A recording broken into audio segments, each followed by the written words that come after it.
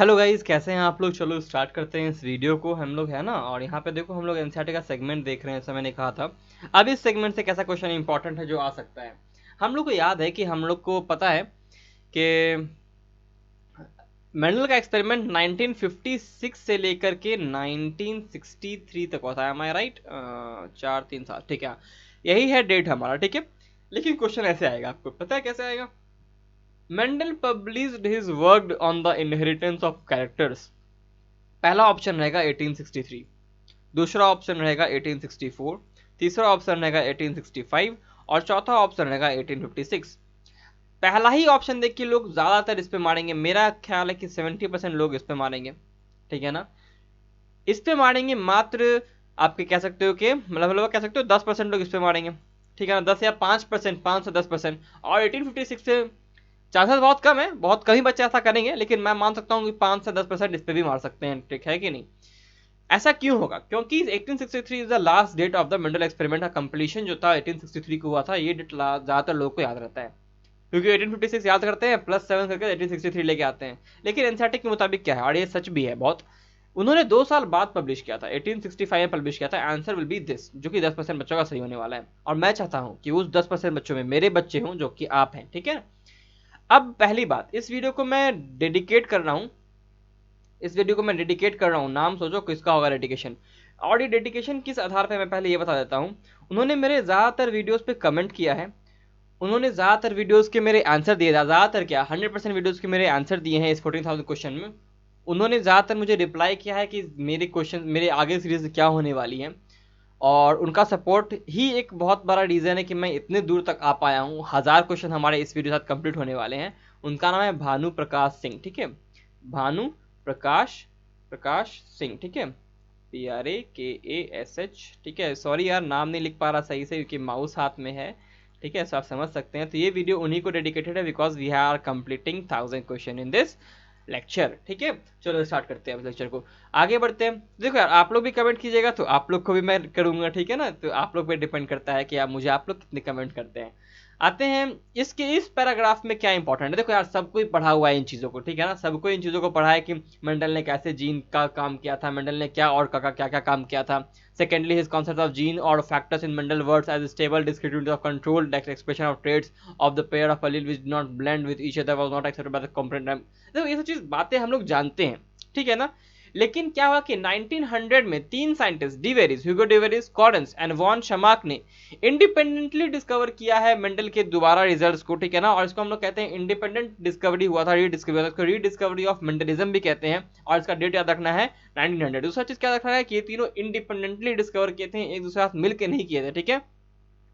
इस समय तक हम लोग को माइक्रोस्कोपी भी मिल चुका था, इसीलिए साइंटिस्ट सेल डिवीजन को भी बहुत क्लियरली ऑब्जर्व कर पाते थे।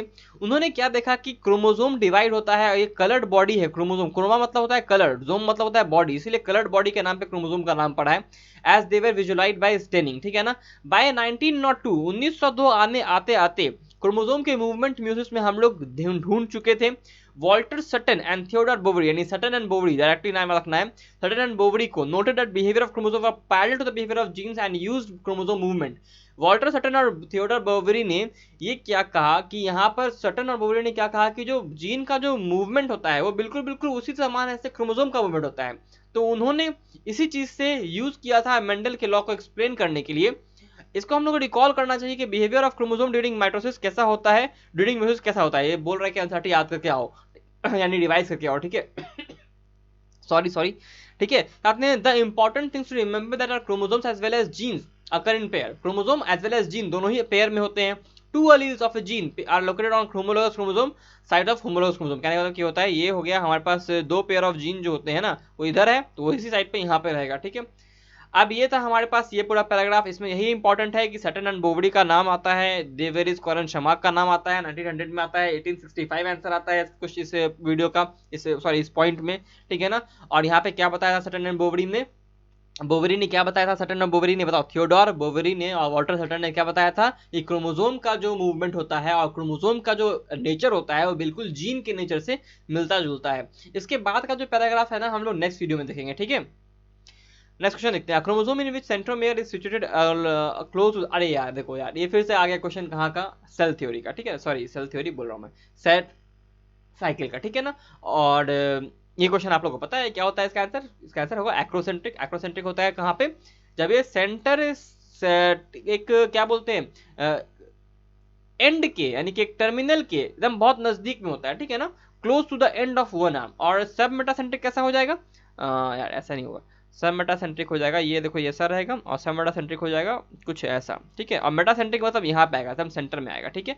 आते हैं, in polytene chromosome dark bands are visible, these bands are formed by the apposition. Apposition मतलब क्या होता है, इकट्ठा होना। इकट्ठा मतलब होता है कि एक्वाजिशन होता है ना, एक जगह से बहुत जगह से आकर के इकट्ठा हो गया वहां पे। तो पोलिटीन क्रोमोसोम में डार्क बैंड जो हमको दिखाई देता है वो किस चीज के कारण दिखाई देता है, आंसर बताना है, बताओ क्या होगा, क्रोमोमियर्स और क्रोमोनिमाटा। क्रोमोनिमाटा के ऊपर जो क्रोमोमियर्स आके जमा होते हैं ना, उसे ही उसके कारण से हम लोग को पोलिटीन क्रोमोसोम में डार्क बैंड्स विजिबल होता है। इस बात को आप लोग को याद रखना है, ठीक है ना, इंपॉर्टेंट लाइन है ये।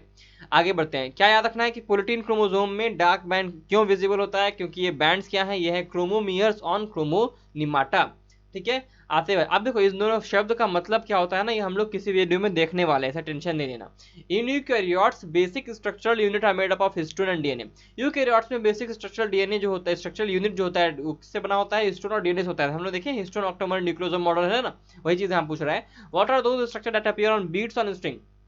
रियलिटी में क्या है, ये है एक्चुअली स्ट्रिंग ऑन बीट्स, है ना, ये बीट्स होते हैं, हिस्टोन ऑक्टोमर बीट्स होते हैं, और इसके ऊपर में एक्चुअली क्या बोलते हैं, डीएनए लपेटा होता है। ऐसा नहीं होना है कि ये हमारे पास ये बीड है, उसके अंदर से स्ट्रिंग जा रहा है, इसका मतलब बीड ऑन स्ट्रिंग नहीं है। हालांकि ऊपर से माइक्रोस्कोप से देखने से ऐसा ही लगता है, इसलिए हम लोगों ने शुरुआत में इसको बीड्स ऑन स्ट्रिंग बोला था।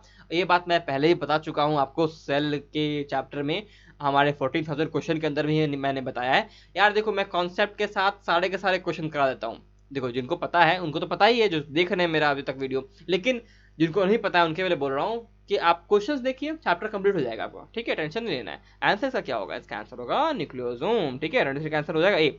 Heterochromatin remains condensed in which part of the chromosome. देखो हेट्रोक्रोमैटिन और यूक्रोमैटिन अंतर समझो। हेट्रोक्रोमैटिन वैसे पार्ट ऑफ क्रोमोसोम कहते हैं जो कि डार्क स्टेन होता है, यूक्रोमैटिन वैसे पार्ट ऑफ क्रोमोसोम कहते हैं जो कि लाइटली स्टेन होता है। हेट्रोक्रोमैटिन क्योंकि ये डार्क स्टेन्ड है, इसी कारण से ये जो होगा ये आपको जो ट्रांसक्रिप्शन है उसमें भाग नहीं लेगा, और जो लाइटली स्टेन होगा वो भाग लेता है, ठीक है ना। तो जैसा मैंने कहा कि हेट्रोक्रोमैटिन वो पार्ट है क्रोमोसोम का which is firmly packed and are genetically inactive, ठीक है ना, जेनेटिकली इनएक्टिव होता है, यानी कि वो कोई चीज भी ट्रांसक्राइब या फिर ट्रांसलेट तो करता ही नहीं है भाई, है कि डीएनए तो ट्रांसलेट करता नहीं है, एमआरएनए का ट्रांसलेशन होता है, तो मैं ट्रांसक्रिप्शन ही डायरेक्टली बोल रहा हूँ, ठीक है, समझ लेना कि ट्रांसलेशन भी नहीं होगा क्योंकि ट्रांसक्रिप्शन हो नहीं रहा। Euchromatin is uncoiled loosely packed of chromatin that are generally active, और इसीलिए यूक्रोमैटिन जो होता है उसको यू शब्द हम लोग उसमें ऐड किया, यानी कि ट्रू क्रोमोसोम, ठीक है, क्रोमैटिन मतलब ट्रू क्रोमोसोम। हेट्रोक्रोमैटिन कहाँ पे कंडेंस होता है, किस पार्ट ऑफ क्रोमोसोम में, ये बताना है आप लोगों को इस क्वेश्चन के आंसर में। बताओ क्या होगा इसका आंसर, इसका होगा आंसर सेकेंडरी कंस्ट्रक्शन पार्ट 1। और सेकेंडरी कंस्ट्रक्शन जो पार्ट 1 होता है ना, वहां पे हेट्रोक्रोमैटिन कंडेंस्ड रहता है क्रोमोसोम के पार्ट में, सेकेंडरी कंस्ट्रक्शन की जगह कंडेंस्ड रहता है, इस चीज को ध्यान रखना है आप लोगों को, ओके,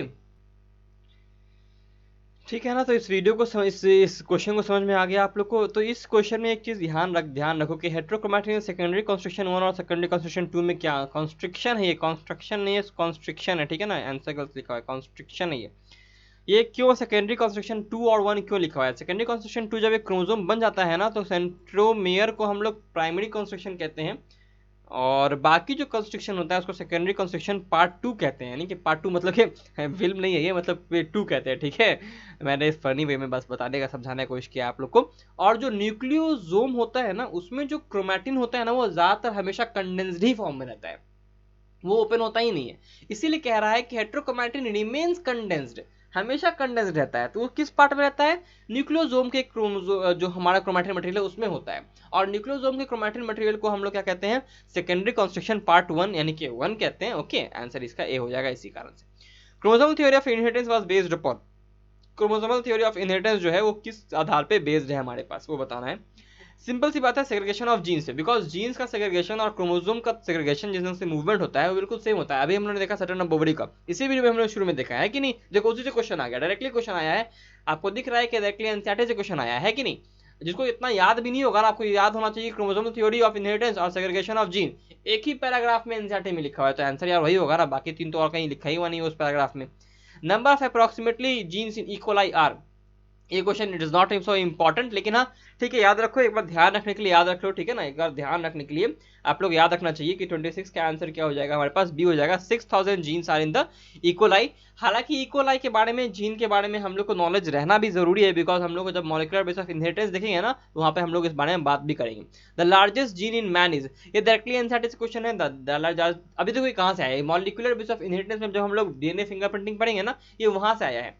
27 का आंसर हो जाएगा, dystrophin gene is the largest gene in the man. सबसे ज्यादा जीन किस क्रोमोसोम के ऊपर होते हैं, क्रोमोसोम 1 पे, सबसे कम किस पे होते हैं, वाई पे होते हैं, ठीक है। एक और क्वेश्चन मैंने बता दिया, Tjio and Levan contribution in very significant because they give the actual, देखो gave the actual number of human chromosome, but ये कैसे उन्होंने पता लगाया, एक्चुअली पता है क्या, ये दोनों प्लांट साइटोलॉजिस्ट थे, प्लांट के सेल का स्टडी करते थे, और इन्होंने 1956 में इस बारे में बताया कि उन्होंने जब प्लांट का स्टडी कर रहे थे तो बहुत सारे उन्होंने ह्यूमन सेल का भी स्टडी किया, और उससे दोनों कंपेयर करके उन्होंने बताया कि ह्यूमन क्रोमोसोम का जो नंबर है वो 46 होना चाहिए, ठीक है ना, और उन्होंने ये बात सही बताई थी, इसलिए इन्हीं को क्रेडिट जाता है हमारे क्रोमोसोम नंबर के बताने को, ठीक है ना। ये उसी ढंग से जैसे कि हमारे स्क्लेडन साहब ने, स्वान साहब ने, जो हमारे स्क्लेडन एंड स्वान थे जो सेल थ्योरी के, जो स्वान साहब ने खाली प्लांट सेल नहीं, खाली सिर्फ एनिमल सेल को पढ़ा, बिकॉज ही वाज जूलॉजिस्ट, वो जूलॉजिस्ट थे, लेकिन फिर भी उन्होंने बताया कि प्लांट सेल के लिए सेल वॉल यूनिक है, ठीक है ना। स्क्लेडन ने नहीं बताया था, स्वान ने बताया था, ये इंपॉर्टेंट है, क्योंकि उन्होंने एनिमल सेल को देखा और उन्होंने देखा कि एनिमल सेल में कहीं भी सेल वॉल दिखाई नहीं दे रहा, इसलिए सेल वॉल जो है वो यूनिक है प्लांट के लिए, समझ रहे हो ना। Depending upon the size of centromere position, मैंने हमेशा कहा है एक लकीर को जब तक छोटा नहीं कहा तब तक, जब तक उसके सामने आप कोई दूसरी लकीर ना खींच दे, ये वही वाला बात है स्लेडन, स्वान और टीजो और लेवान के लिए। Depending upon the size and centromere position 46 chromosome have been divided into number of groups, कितने ग्रुप्स में हम लोगों ने उसको डिवाइड किया है। क्वेश्चन काफी अच्छा है, इसे ध्यान से देखना इस क्वेश्चन को, इसका आंसर क्या होगा, इसका आंसर होगा 7। हम लोगों ने 7 टाइप्स में 7 ग्रुप्स में डिवाइड कर दिया है, depending upon the size and centromere position जो होता है 46 क्रोमोसोम में हमारे अंदर, हम लोग ने उसको 7 ग्रुप में डिवाइड किया है। जब आप लोग डीप नॉलेज, जब डीपली पढ़िएगा तो आप लोग पता चलेगा कि हम लोगों ने 7 ग्रुप में डिवाइड किया है। जो आप लोग इसका ईडियोग्राम पढ़िएगा, कायरोटाइप पढ़िएगा, तो आपको पता चलेगा कि जो 4 ग्रुप जो हम लोग के पास याद है, आपको याद है 4 टाइप के होते हैं सेंट्रोमेयर के पोजीशन में, मेटासेंट्रिक, सबमेटासेंट्रिक, एक्टोसेंट्रिक और टीरोसेंट्रिक। सॉरी, टीरोसेंट्रिक तो हमारे अंदर होता ही नहीं है, ठीक है ना, ये ध्यान, सॉरी मुझे गलती होगी, मैंने पहले बताया भी कि telocentric is not present in the humans. तो हमारे पास 3 हो गए, मेटा, सबमेटा और आइक्रोसेंट्रिक, और बाकी जो फोटोग्राफ आपको देखेगा, ईडियोग्राम आप देखिएगा क्रोमोसोम का, तो आपको पता चलेगा क्या कि A to G 7 ग्रुप्स होते हैं, ठीक है ना, A B C D E F G, ठीक है, 7 ग्रुप्स में हम लोग बांटते हैं सारे के सारे क्रोमोसोम को। A टाइप में कुछ नंबर ऑफ क्रोमोसोम होते हैं, 2B टाइप में कुछ नंबर ऑफ क्रोमोसोम्स होते हैं, हो सकता है 23 24 हो, ऐसे में पेयर हम लोग उसमें पेयरिंग करते हैं, अभी उतना जानने की जरूरत नहीं है, याद रखना है कि 7 पेयर्स में हम 7 ग्रुप्स में हम लोग डिवाइड करते हैं ह्यूमन क्रोमोसोम को, और टीरोसेंट्रिक क्रोमोसोम ह्यूमंस में एब्सेंट रहता है। The grouping of human chromosome is based upon, जो ग्रुपिंग होता है ह्यूमन क्रोमोसोम का, वो हम लोग किसके ऊपर बेस्ड रखते हैं, ठीक है, इसका बेसिस बताना है कि ग्रुपिंग ऑफ जो हमारा ह्यूमन क्रोमोसोम है उसका बेसिस क्या है। यह है बैंडिंग पैटर्न, बैंडिंग पैटर्न के ऊपर हम लोग क्रोमोसोम को ग्रुप करते हैं, ठीक है ना, कैसा बैंडिंग उनके अंदर हो रहा है, कैसे हेट्रोक्रोमैटिन और यूक्रोमैटिन किस ढंग का बैंडिंग पैटर्न हमें देखने को मिल रहा है, उसके आधार पे हम लोग ग्रुपिंग करते हैं ह्यूमन क्रोमोसोम्स का, ठीक है ना। ऐसे मैंने बताया ना कि ये क्रोमोसोम है जिसमें बैंडिंग पैटर्न दिखाई देगा, यहाँ पे हेट्रोक्रोमैटिन प्रेजेंट रहेगा, फिर यहाँ पे इतना दूर तक यूक्रोमैटिन है जहाँ पे लाइटली स्टैंड होगा, फिर यहाँ पे हेट्रोक्रोमैटिन रहेगा, यहाँ पे हेट्रोक्रोमैटिन होगा, फिर यहाँ पे हेट्रोक्रोमैटिन होगा, फिर यहाँ पे हेट्रोक्रोमैटिन होगा। तो जो बैंडिंग पैटर्न है ना, इसके आधार पे हम लोग ग्रुपिंग करते हैं, जो कि हम लोग 7 ग्रुप में बांटते हैं। इन 7 ग्रुप के बारे में ना हम लोग अगले वीडियो में अच्छे से देखेंगे, और कुछ एनसीईआरटी का क्लिप भी दिखेंगे, तो वो वीडियो थोड़ा सा लंबा होने वाला है, इसको बात को समझिएगा, ठीक है। अब अगले वीडियो में हम लोग मिलते हैं, 1000 क्वेश्चन हम लोग ने कंप्लीट कर लिए हैं। एक्चुअली कांग्रेचुलेशन टू मी, आपको नहीं दूंगा क्योंकि हम लोग को बहुत आगे जाना है अभी, है कि नहीं। तब तक के लिए study smart, work hard and stay healthy guys. और जिसको वीडियो डेडिकेटेड था, thank you to him again, ठीक है। अब अगले वीडियो में मिलते हैं, ओके।